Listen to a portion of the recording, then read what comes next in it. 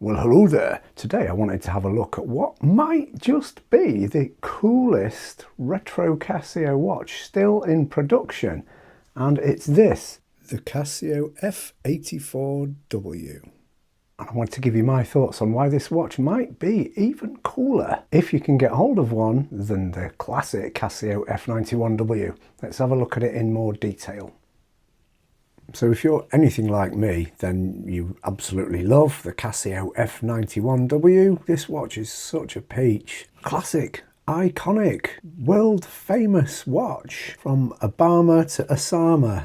This watch has been everywhere, hasn't it? And so much has been written and spoken about this watch. Released in either 1989 or 1991. There's some debate about that. Super cheap, super durable, accurate, plenty waterproof or water resistant. The best-selling watch in the world ever, according to the old internet. And you can still pick these up for way less than 20 quid in the UK or equivalent elsewhere. Great watch. I love it for the reasons I mentioned. It's cheap, it's slim, it's accurate, it's durable, and it's water resistant. I love the F91W, but I wanted to talk about this one today because I did just think this is slightly even cooler in a way, even more niche. And it kind of feels like that if you wear one of these, the F84W, then you're in a sort of exclusive club and you know what you're on about in cheap digital watches. The F84W was released in 1986 and has been in constant production since then and is a JDM model, so a Japanese domestic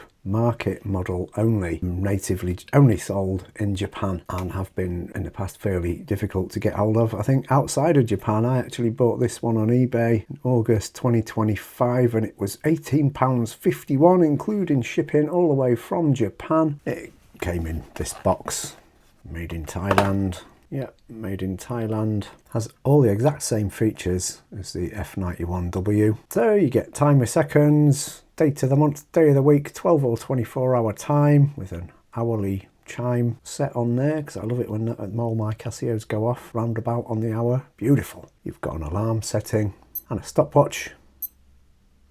And that's it, that's all you get. That's all I really need in a daily wearing wristwatch. You get the same sort of LED as on the F91W. That's an F91W. This is the F84W. So yeah, it's pretty much the same sort of backlight.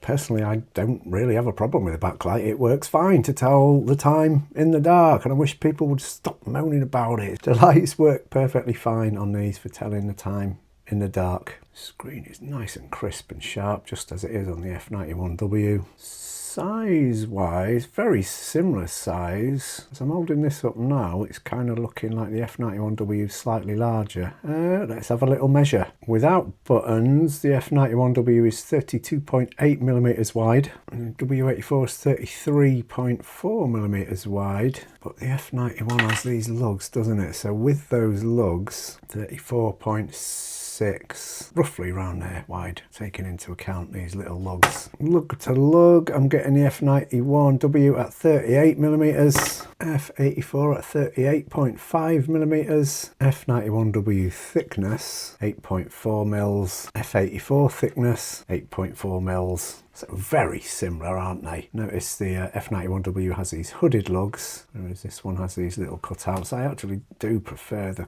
look of these cutouts. And if you do want to swap straps, I think watches with these cutout lugs tend to accept straps a bit better. They look a bit nicer than they do on the F91W. When people put NATOs on and things, they just come out from under there. I think they look a bit daft. I always think it looks a bit better with these cutout lugs. Just my opinion. I really do like the detailing on this strap. These little lines, and then that lines continues there on the resin case. That looks pretty cool. I do like it. The straps themselves, well, this one is a bit thinner than on the F91W. Look, similar sort of length, but yeah, this one does taper down more quickly to a thinner width. So yeah, the differences are just cosmetic, very, very slight differences in size. But yeah, I just wanted to show you this one, see what you guys think of it. Love the F91, my all-time favourite watch. But as I said at the beginning, I just think this one is slightly nerdier to own and a bit cooler as a result because it's a JDM model. What do you reckon? Any of you guys got one at less than 20 quid a go, all the way from Japan? I've got another cracking, accurate, tough, water resistant watch, and I'd suggest that if you are an enthusiast like I am, this would be a great purchase. Again, it's a very small watch, but I like small watches. About as big as I'll go is one of these G-Shocks, the Casios, and that thing is huge next to this. Look at that. But I like these little watches because they slide under gloves and cuffs, don't get in the way of anything. If it gets mucky or dirty or broken even, I don't need to wet the bed and cry over it, do I? Because it was only 18 quid. Cool watch. What do you think, guys? Let me know down in the comments. Thank you very much for watching, and I hope to see you in the next one. Look after yourselves and each other. There it is on my approximately 7-inch wrist.